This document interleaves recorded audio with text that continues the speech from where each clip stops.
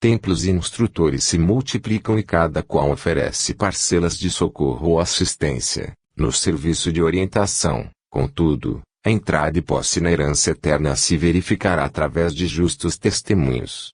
Isto não é acidental. É medida lógica e necessária.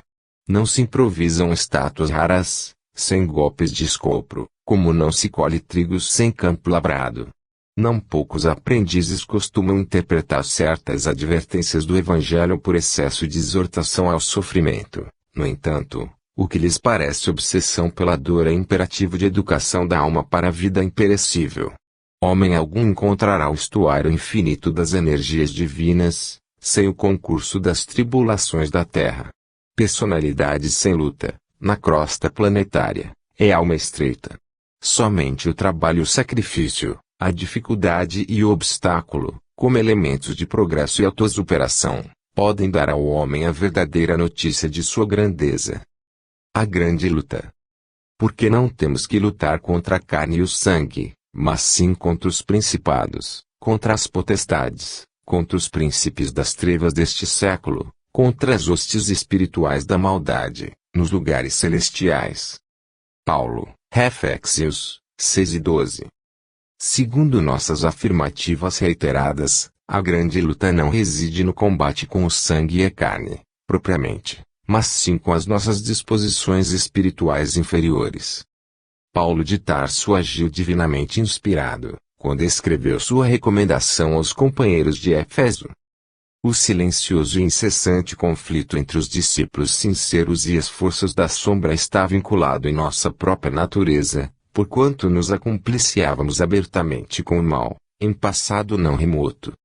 Temos sido declarados participantes das ações delituosas nos lugares celestiais. E, ainda hoje, entre os fluidos condensados da carne ou nas esferas que lhes são próximas, agimos no serviço de autorrestauração em pleno paraíso. A terra é, igualmente, sublime degrau do céu. Quando alguém se reporta aos anjos caídos, os ouvintes humanos guardam logo a impressão de um palácio soberbo e misterioso, de onde se expulsam criaturas sábias e luminosas.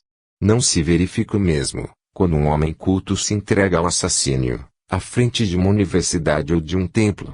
Geralmente o observador terrestre relaciona o crime, não se detendo, porém, no exame do lugar sagrado e venerável em que se consumou. A grande luta, a que o apóstolo se refere, prossegue sem descanso. As cidades e as edificações humanas são zonas celestiais.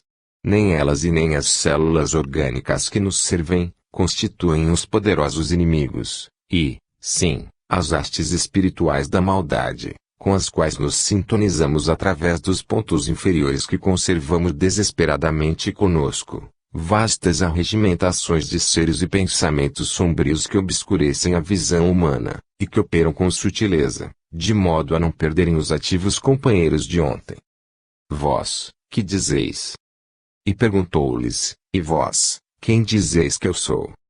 Lucas 9:20. Nas discussões propriamente do mundo, existirão sempre escritores e cientistas dispostos a examinar o mestre, na pauta de suas impressões puramente intelectuais, sob os pruridos da presunção humana.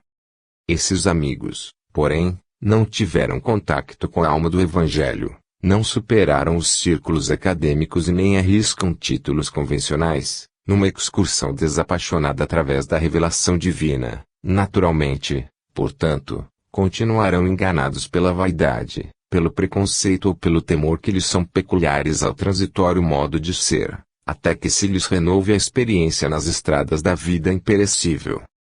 Entretanto, na intimidade dos aprendizes sinceros e fiéis, a pergunta de Jesus reveste-se de singular importância. Cada um de nós deve possuir opiniões próprias, relativamente à sabedoria e misericórdia com que temos sido agraciados. Palestras vãs, acerca do Cristo, quadram bem apenas a espíritos desarvorados no caminho da vida. A nós outros, porém, compete o testemunho da intimidade com o Senhor, porque somos usufrutuários diretos de sua infinita bondade. Meditemos e renovemos aspirações em seu evangelho de amor, compreendendo a impropriedade de mútuas interpelações, com respeito ao Mestre, porque a interrogação sublime vem dele a cada um de nós e todos necessitamos conhecê-lo, de modo a assinalá-lo em nossas tarefas de cada dia. Manifestações espirituais. Mas a manifestação do Espírito é dada a cada um, para o que for útil. Paulo, 1 Coríntios, 12:7. Com a reviviscência do cristianismo puro, nos agrupamentos do Espiritismo com Jesus, verificais idêntica preocupação aos que torturavam os aprendizes dos tempos apostólicos, no que se refere à mediunidade. A maioria dos trabalhadores na evangelização inquieta-se pelo desenvolvimento imediato de faculdades incipientes.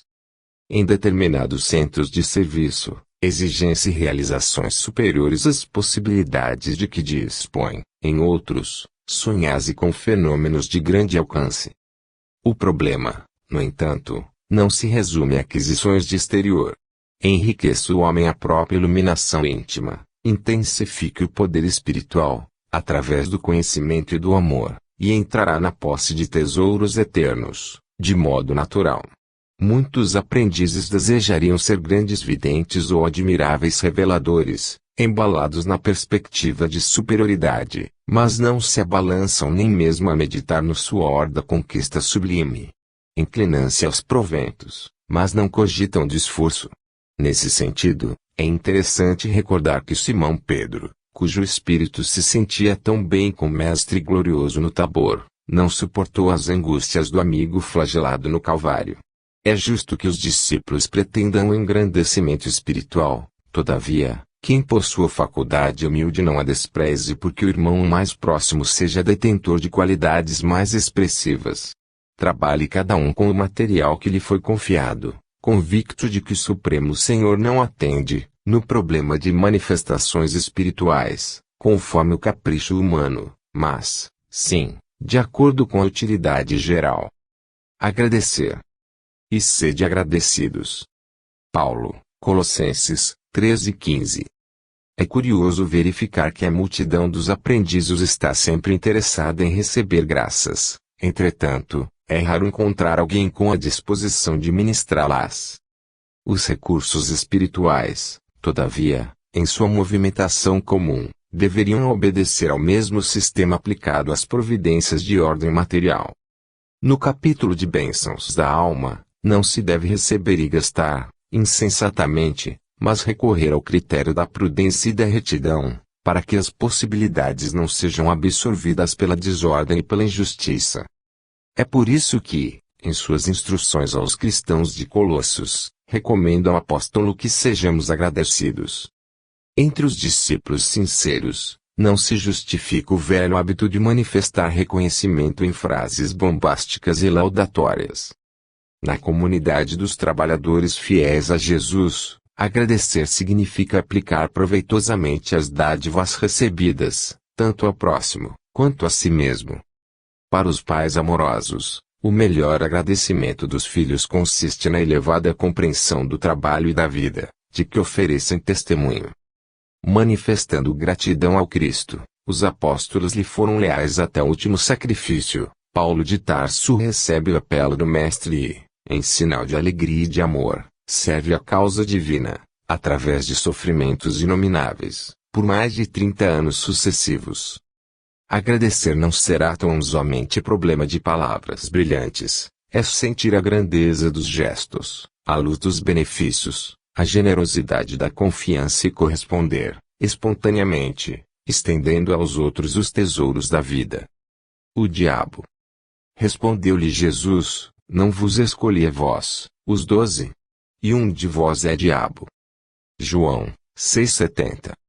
Quando a teologia se reporta ao diabo, o crente imagina, de imediato, o Senhor absoluto do mal, dominando no inferno sem fim. Na concepção do aprendiz, a região amaldiçoada localiza-se em esfera distante, no seio de tormentosas trevas. Sim, as zonas purgatoriais são inúmeras e sombrias, terríveis e dolorosas. Entretanto, consoante a afirmativa do próprio Jesus, o diabo partilhava os serviços apostólicos, permanecia junto dos aprendizes e um deles se constituía em representação do próprio gênio infernal. Basta isto para que nos informemos de que o termo diabo não indicava, No conceito do mestre, um gigante de perversidade, poderoso e eterno, no espaço e no tempo. Designa o próprio homem, quando algemado às torpitudes do sentimento inferior. Daí concluirmos que cada criatura humana apresenta certa percentagem de expressão diabólica na parte inferior da personalidade. Satanás simbolizará então a força contrária ao bem. Quando o homem o descobre, no vasto mundo de si mesmo, compreende o mal, dá-lhe combate, evita o inferno íntimo e desenvolve as qualidades divinas que o elevam à espiritualidade superior.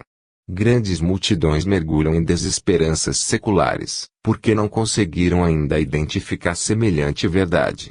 E, comentando esta passagem de João, somos compelidos a ponderar, se, entre os 12 apóstolos, um havia que se converter em diabo, não obstante a missão divina do círculo que se destinava à transformação do mundo, quantos existirão em cada grupo de homens comuns na terra?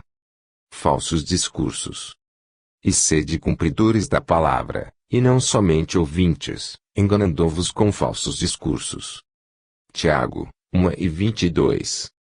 Nunca é demasiado comentar a importância e o caráter sagrado da palavra. O próprio Evangelho assevera que no princípio era o Verbo, e quem examine atentamente a posição atual do mundo reconhecerá que todas as situações difíceis se originam do poder verbalista mal aplicado. Falsos discursos enganaram indivíduos, famílias e nações. Acreditaram alguns em promessas vãs, outros em teorias falaciosas, outros, ainda, em perspectivas de liberdade sem obrigações. E raças, agrupamentos e criaturas, identificando a ilusão, atritando-se, mutuamente, procurando a paternidade das culpas. Muito sangue e muita lágrima tem custado a criação do verbo humano. Impossível, por agora, computar esse preço doloroso ou determinar quanto tempo se fará necessário ao resgate preciso. No turbilhão de lutas, todavia, o amigo do Cristo pode valer-se do tesouro evangélico, em proveito de sua esfera individual. Cumprir a palavra do Mestre em nós é o programa divino. Sem a execução desse plano de salvação, os demais serviços sob nossa responsabilidade constituirão sublimada teologia, raciocínios brilhantes, magnífica literatura, muita admiração e respeito do campo inferior do mundo, mas nunca a realização necessária. Eis o motivo pelo qual é sempre perigoso estacionar, no caminho, a ouvir quem foge à realidade de nossos deveres. Cura do ódio. Portanto, se o teu inimigo tiver fome, dá-lhe de comer, se tiver sede, dá-lhe de beber, porque, fazendo isto, amontoarás brasas de fogo sobre a sua cabeça. Paulo, Romanos, 12:20. O homem, geralmente, quando decidido ao serviço do bem, encontra fileiras de adversários gratuitos por onde passe, qual ocorre a claridade invariavelmente assediada pelo antagonismo das sombras. Às vezes, porém, seja por equívocos do passado ou por incompreensões do presente, é defrontado por inimigos mais fortes que se transformam em constante ameaça à sua tranquilidade. Contar com o inimigo desses jaez é padecer dolorosa enfermidade no íntimo, quando a criatura ainda não se afeiçoou a experiências vivas no Evangelho. Quase sempre, o aprendiz de boa vontade desenvolve o máximo das próprias forças a favor da reconciliação. No entanto, o mais amplo esforço parece baldado. A impenetrabilidade caracteriza o coração do outro e os melhores gestos de amor passam por ele despercebidos. Contra essa situação, todavia, o livro divino oferece receita salutar. Não convém agravar atritos, desenvolver discussões e muito menos desfazer-se a criatura bem intencionada em gestos bajulatórios. Espereze pela oportunidade de manifestar o bem. Desde o minuto em que o ofendido esquece a dissensão e volta ao amor, o serviço de Jesus é reatado. Entretanto, a visão do ofensor é mais tardia e, em muitas ocasiões, somente compreende a nova luz, quando essa se lhe converte em vantagem ao círculo pessoal. Um discípulo sincero do Cristo liberta-se facilmente dos laços inferiores, mas o antagonista de ontem pode persistir muito tempo, no endurecimento do coração. Eis o motivo pelo qual dar-lhe todo o bem, no momento oportuno, é amontoar o fogo renovador sobre a sua cabeça, curando-lhe o ódio, cheio de expressões infernais. Entendimento. Transformai-vos pela renovação do vosso entendimento. Paulo, Romanos, 12:2. Quando nos reportamos ao problema da transformação espiritual, a comunidade dos discípulos do Evangelho concorda conosco, quanto à semelhante necessidade, mas nem todos demonstram perfeita compreensão do assunto. No fundo, todos anelam a modificação, no entanto, a maioria não aspira senão à mudança de classificação convencional. Os menos favorecidos pelo dinheiro buscam escalar o domínio das possibilidades materiais. Os detentores de tarefas humildes pleiteiam as grandes posições e, num crescendo desconcertante, quase todos pretendem a transformação indébita das oportunidades a que se ajustam, mergulhando na desordem inquietante. A renovação indispensável não é a de plano exterior flutuante. Transformar-se-á o cristão devotado, não pelos sinais externos, e sim pelo entendimento, dotando a própria mente de nova luz, em novas concepções. Assim como qualquer trabalho terrestre pede a sincera aplicação dos aprendizes que a ele se dedicam, o serviço de aprimoramento mental exige constância de esforço no bem e no conhecimento. Ainda que, é forçoso reconhecer que a disciplina entrará com fatores decisivos. Não te cristalizes, pois, em falsas noções que já te prejudicaram o dia de ontem. Repara a estrutura dos teus raciocínios de agora, ante as circunstâncias que te rodeiam. Pergunta a ti próprio quanto ganhaste no Evangelho para analisar retamente esse ou aquele acontecimento de teu caminho. Faz isto e a bondade do Senhor te auxiliará na esclarecedora resposta a ti mesmo. De madrugada. E no primeiro dia da semana Maria Madalena foi ao sepulcro, de madrugada, sendo ainda escuro, e viu a pedra removida do sepulcro. João, 21. Não devemos esquecer a circunstância em que Maria de Magdala recebe a primeira mensagem da ressurreição do Mestre. No seio de perturbações e desalentos da pequena comunidade, a grande convertida não perde tempo em lamentações estéreis nem procura o sono do esquecimento. Os companheiros haviam quebrado o padrão de confiança. Entre o remorso da própria defecção e a amargura pelo sacrifício do Salvador, cuja lição sublime ainda não conseguiam aprender, confundiam-se em atitudes negativas. Pensamentos contraditórios e angustiados azorragavam-lhes os corações. Madalena, contudo, rompe o véu de emoções dolorosas que lhe embarga os passos. É imprescindível não sucumbir sob os fardos, transformando-os, acima de tudo, em elemento básico na construção espiritual, e Maria resolve não se acovardar ante a dor. Porque o Cristo fora imolado na cruz, não seria lícito condenar-lhe a memória bem-mamada ao ouvido ou à indiferença. Vigilante, atenta a si mesma, antes de qualquer satisfação a velhos convencionalismos, vai ao encontro do grande obstáculo que se constituía do sepulcro, muito cedo, precedendo o despertar dos próprios amigos e encontra a radiante resposta da vida eterna. Rememorando esse acontecimento simbólico, recordemos nossas antigas quedas, por havermos esquecido o primeiro dia da semana, trocando, em todas as ocasiões, o mais cedo pelo mais tarde. Olhos. Eles têm os olhos cheios de adultério. 2 Pedro, 2:14. Olhos cheios de adultério constituem rebelde e enfermidade em nossas lutas evolutivas. Raros homens se utilizam dos olhos por lâmpadas abençoadas e poucos os empregam como instrumentos vivos de trabalho santificante na vigília necessária. A maioria das criaturas trata de aproveitá-los, à frente de quaisquer paisagens, na identificação do que possuem de pior. Homens comuns, habitualmente, pousam os olhos em determinada situação apenas para fixarem os ângulos mais apreciáveis aos interesses inferiores que lhes dizem respeito. Se atravessam um campo, não lhe anotam a função benemérita nos quadros da vida coletiva e sim a possibilidade de lucros pessoais imediatos que lhes possa oferecer. Se enxergam a irmã afetuosa de jornada humana, que segue não longe deles, premeditam, quase sempre, a organização de laços menos dignos. Se encontram companheiros nos lugares em que atendem objetivos inferiores, Não os reconhecem como possíveis portadores de ideias elevadas, porém como concorrentes aos seus propósitos menos felizes. Ouçamos o brado de alarme de Simão Pedro, esquecendo o hábito de analisar com o mal. Olhos otimistas saberão extrair motivos sublimes de ensinamento, nas mais diversas situações do caminho em que prosseguem. Ninguém invoque a necessidade de vigilância para justificar as manifestações de malícia. O homem cristianizado e prudente sabe contemplar os problemas de si mesmo, contudo, nunca enxerga o mal onde o mal ainda não existe. A língua.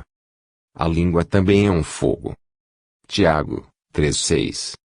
A desídia das criaturas justifica as amargas considerações de Tiago, em sua epístola aos companheiros. O início de todas as hecatombes no planeta a localizar-se, quase sempre, no mau uso da língua. Ela está posta, entre os membros, qual leme de embarcação poderosa, segundo lembra o grande apóstolo de Jerusalém.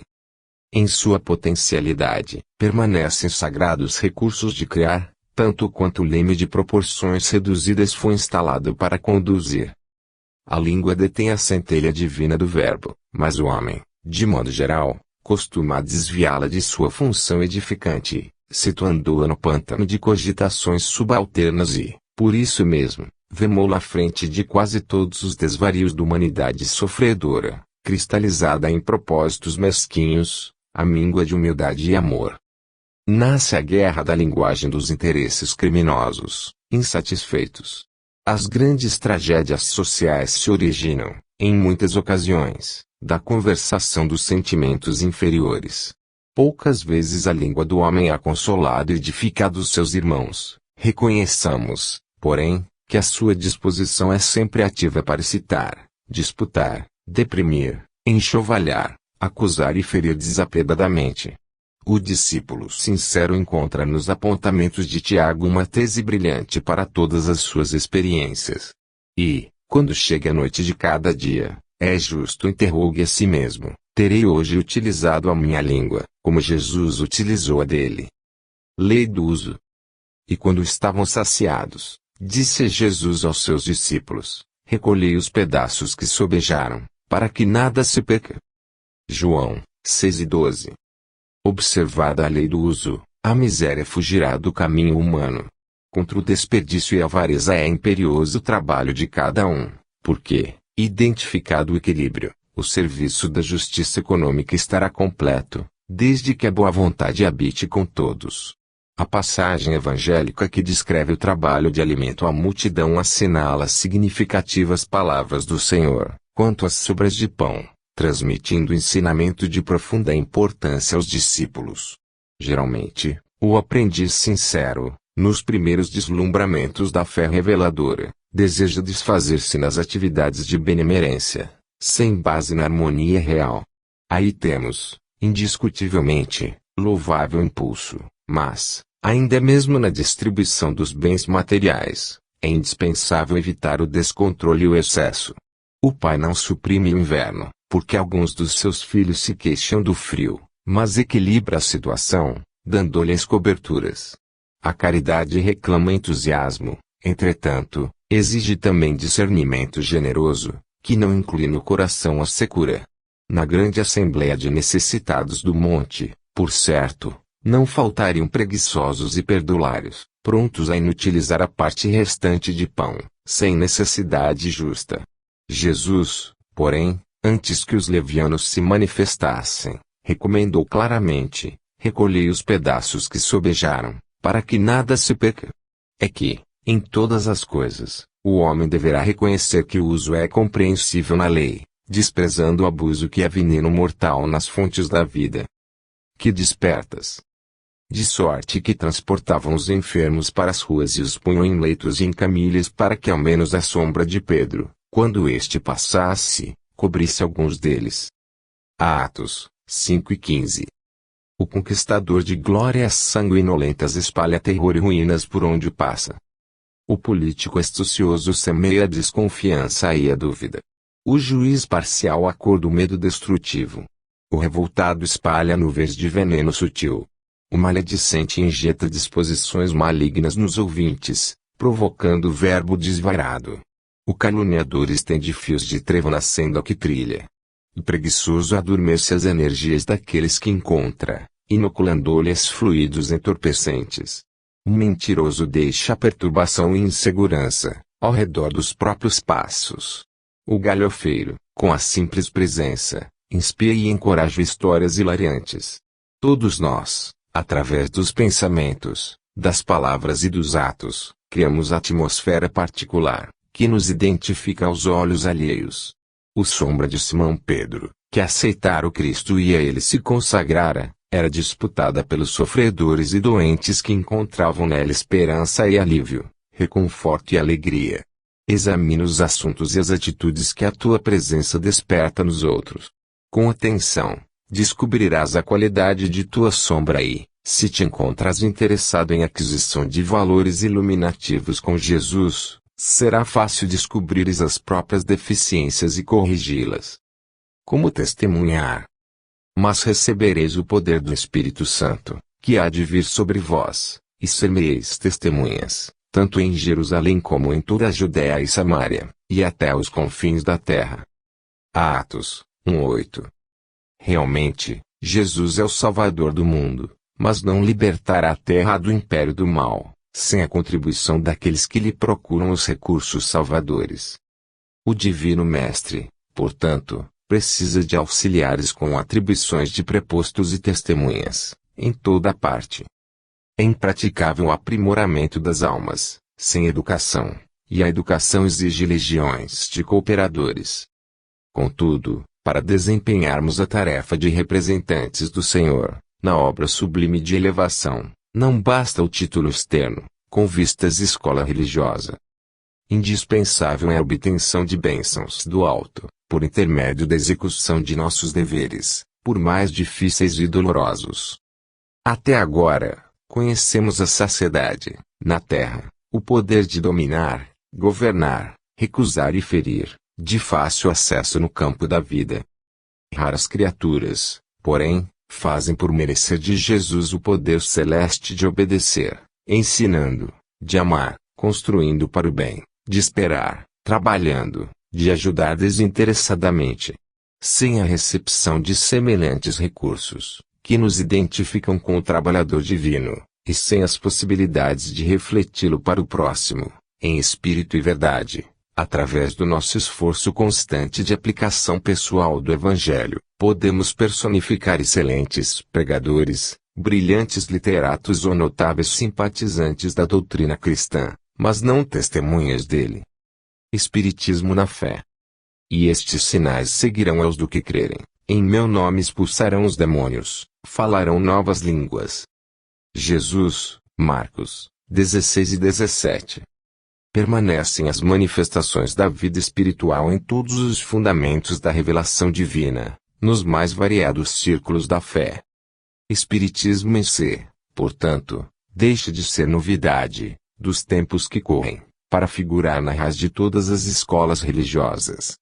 Moisés estabelece contacto com o plano espiritual no Sinai.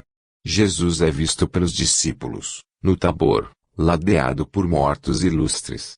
O colégio apostólico relaciona-se com o espírito do Mestre, após a morte dele, e consolida no mundo o cristianismo redentor. Os mártires dos circos abandonam a carne flagelada, contemplando visões sublimes. Maomé inicia a tarefa religiosa, ouvindo um mensageiro invisível. Francisco de Assis percebe emissários do céu que o exortam à renovação da Igreja. Lutero registra a presença de seres de outro mundo. Teresa d'Ávila recebe a visita de amigos desencarnados e chega a inspecionar regiões purgatoriais, através do fenômeno mediúnico do desdobramento. Sinais do reino dos espíritos seguirão os que crerem, afirma o Cristo. Em todas as instituições da fé, há os que gozam, que aproveitam, que calculam, que criticam, que fiscalizam. Esses são, ainda, candidatos à iluminação definitiva e renovadora. Os que creem, contudo, e aceitam as determinações de serviço que fluem do alto, serão seguidos pelas notas reveladoras da imortalidade, onde estiverem. Em nome do Senhor, emitindo vibrações santificantes, expulsarão a treva e a maldade, e serão facilmente conhecidos, entre os homens espantados, porque falarão sempre na linguagem nova do sacrifício e da paz, da renúncia e do amor. Tratamento de obsessões. E até das cidades circunvizinhas concorria muita gente a Jerusalém, conduzindo enfermos e atormentados de espíritos imundos, os quais todos eram curados. Atos 5:16. A igreja cristã dos primeiros séculos não estagnava às ideias redentoras do Cristo em prataria e resplendores do culto externo. Era viva, cheia de apelos e respostas. Semelhante a ela, o espiritismo evangélico abre hoje as suas portas benfeitoras a quem sofre e procura caminho salvador.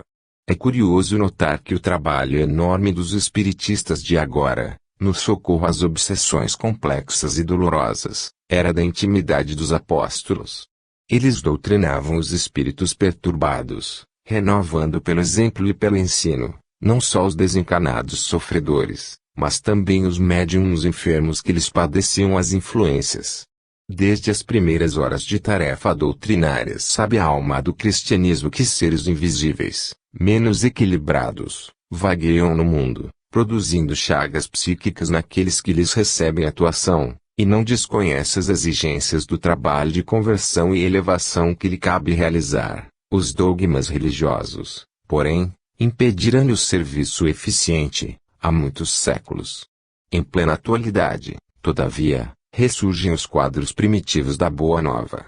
Entidades espirituais ignorantes e infortunados adquirem nova luz e roteiro novo, nas casas de amor que o espiritismo cristão institui, vencendo preconceitos e percalços de vulto.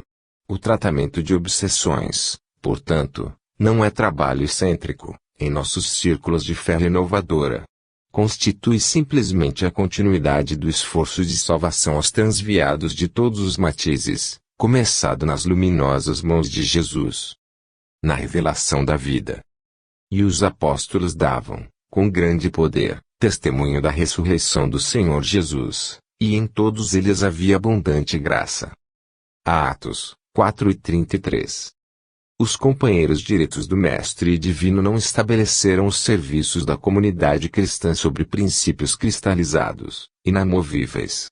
Cultuaram a ordem, a hierarquia e a disciplina, mas amparavam também o espírito do povo, distribuindo os bens da revelação espiritual, segundo a capacidade receptiva de cada um dos candidatos à nova fé.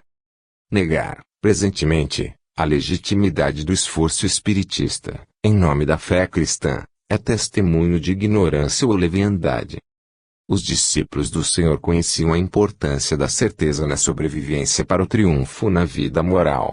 Eles mesmos se viram radicalmente transformados, após a ressurreição do amigo celeste, ao reconhecerem que o amor e a justiça regem o ser além do túmulo.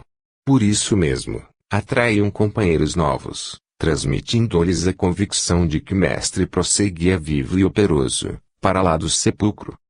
Em razão disso, o ministério apostólico não se dividia tão somente na discussão dos problemas intelectuais da crença e nos louvores adorativos. Os continuadores do Cristo forneciam, com grande poder, testemunho da ressurreição do Senhor Jesus e, em face do amor com que se devotavam à obra salvacionista, neles havia abundante graça. O Espiritismo evangélico vem movimentar o serviço divino que envolve em si, não somente a crença consoladora, mas também o conhecimento indiscutível da imortalidade. As escolas dogmáticas prosseguirão alinhando artigos de fé inoperante, congelando as ideias em absurdos afirmativos, mas o Espiritismo cristão vem restaurar, em suas atividades redentoras, o ensinamento da ressurreição individual, consagrado pelo Mestre Divino, que voltou, ele mesmo, das sombras da morte, para exaltar a continuidade da vida. Guardemos saúde mental. Pensai nas coisas que são de cima, e não nas que são da terra. Paulo, Colossenses 3:2. O cristianismo primitivo não desconhecia a necessidade da mente sã e iluminada de aspirações superiores, na vida daqueles que abraçam no Evangelho a renovação substancial. O trabalho de notáveis pensadores de hoje encontra raízes mais longe. Sabem agora, os que lidam com os fenômenos mediúnicos, que a morte da carne não impõe às delícias celestiais. O homem encontra-se, além do túmulo, com as virtudes e defeitos, ideais e vícios a que se consagrava no corpo. O criminoso imanta-se ao círculo dos próprios delitos, quando se não algema aos parceiros na falta cometida. O avarento está preso aos bens supérfluos que abusivamente amontoou. O vaidoso permanece ligado aos títulos transitórios. O alcoólatra ronda as possibilidades de satisfazer a sede que lhe domina os centros de força. Quem se apaixona pelas organizações caprichosas do eu, gasta longos dias para desfazer as teias de ilusão em que se lhe segrega a personalidade. O programa antecede serviço. O projeto traça a realização. O pensamento é energia irradiante. Espraiemo-lo na terra e prender-nos-emos, naturalmente, ao chão. Elevemo-lo para o alto e conquistaremos a espiritualidade sublime. Nosso espírito residirá onde projetarmos nossos pensamentos, alicerces vivos do bem e do mal. Por isso mesmo, dizia Paulo, sabiamente, pensai nas coisas que são de cima. Combate interior. Tendo o mesmo combate que já em mim tendes visto e agora ouvis estar em mim. Paulo, Filipenses, 1:30. Em plena juventude, Paulo terçou armas contra as circunstâncias comuns, de modo a consolidar posição para impor-se no futuro da raça. Pelejou por sobrepujar a inteligência de muitos jovens que lhe foram contemporâneos, deixou colegas e companheiros distanciados. Discutiu com doutores da lei e venceu-os. Entregou-se à conquista de situação material invejável e conseguiu-a. Combateu por evidenciar-se no tribunal mais alto de Jerusalém e sobrepôs-se a velhos orientadores do povo escolhido. Resolveu perseguir aqueles que interpretava por inimigos da ordem estabelecida e multiplicou adversários em toda parte. Feriu, atormentou, complicou situações de amigos respeitáveis, sentenciou pessoas inocentes a inquietações inomináveis. Guerreou pecadores e santos, justos e injustos. Surgiu, contudo, um momento em que o Senhor lhe convoca o espírito a outro gênero de batalha, o combate consigo mesmo. Chegada essa hora, Paulo de Tarso cala-se e escuta. Quebras ele a espada nas mãos para sempre. Não tem braços para hostilizar e sim para ajudar e servir. Caminha, modificado, em sentido inverso. Ao invés de humilhar os outros, dobra a própria cerviz. Sofre aperfeiçoar-se no silêncio, com a mesma disposição de trabalho que o caracterizava nos tempos de cegueira. É apedrejado, açoitado, preso, incompreendido muitas vezes, mas prossegue sempre, ao encontro da divina renovação. Se ainda não combates contigo mesmo, dia virá em que serás chamado a semelhante serviço. Ora e vigia, prepara-te e afeiçoa o coração à humildade e à paciência. Lembra-te, meu irmão, de que nem mesmo Paulo, agraciado pela visita pessoal de Jesus, conseguiu escapar. Entendamos servindo. Porque também nós éramos, noutro tempo, insensatos. Paulo, Tito, 3:3. O martelo, realmente, colabora nos primores da estatuária, mas não pode golpear a pedra, indiscriminadamente. O remédio amargo estabelece a cura do corpo enfermo, no entanto, reclama ciência na dosagem. Nem mais, nem menos. Na sementeira da verdade, igualmente, é indispensável não nos desfaçamos em movimento impensado. Na terra, não respiramos num domicílio de anjos. Somos milhões de criaturas, no labirinto de débitos clamorosos do passado, suspirando pela desejada equação. Quem ensina com sinceridade, naturalmente aprendeu as lições, atravessando obstáculos duros. Claro que a tolerância excessiva resulta em ausência de defesa justa, entretanto, é inegável que para educarmos a outrem, necessitamos de imenso cabedal de paciência e entendimento. Paulo, incisivo e enérgico, não desconhecia semelhante realidade. Escrevendo a Tito, lembra as próprias incompreensões de outra época para justificar a serenidade que nos deve caracterizar a ação, a serviço do Evangelho Redentor. Jamais atingiremos nossos objetivos, torturando chagas, indicando cicatrizes, comentando defeitos ou atirando espinhos à face alheia. Compreensão e respeito devem preceder-nos a tarefa em qualquer parte. Recordemos nós mesmos, na passagem pelos círculos mais baixos, e estendamos braços fraternos aos irmãos que se debatem nas sombras. Se te encontras interessado no serviço do Cristo, lembra-te de que ele não funcionou em promotoria de acusação e, sim, na tribuna do sacrifício até a cruz, na condição de advogado do mundo inteiro. Crê e segue. Assim como tu me enviaste ao mundo, também eu os enviei ao mundo. Jesus, João 17:18. Se abraçaste, meu amigo, a tarefa espiritista cristã, em nome da fé sublimada, sedento de vida superior, recorda que o Mestre te enviou o coração renovado ao vasto campo do mundo para servi-lo. Não só ensinarás o bom caminho. Agirás de acordo com os princípios elevados que apregoas. Ditarás diretrizes nobres para os outros, contudo, marcharás dentro delas, por tua vez. Proclamarás a necessidade de bom ânimo, mas seguindo, estrada fora, semeando alegrias e bênçãos, ainda mesmo quando incompreendido de todos. Não te contentarás em distribuir moedas e benefícios imediatos. Darás sempre algo de ti mesmo ao que necessita. Não somente perdoarás. Compreenderás o ofensor, auxiliando-o a reerguer-se. Não criticarás. Encontrarás recursos inesperados de ser útil. Não deblaterarás. Valer-te-ás do tempo para materializar os bons pensamentos que te dirigem. Não disputarás inutilmente. Encontrarás o caminho do serviço aos semelhantes em qualquer parte.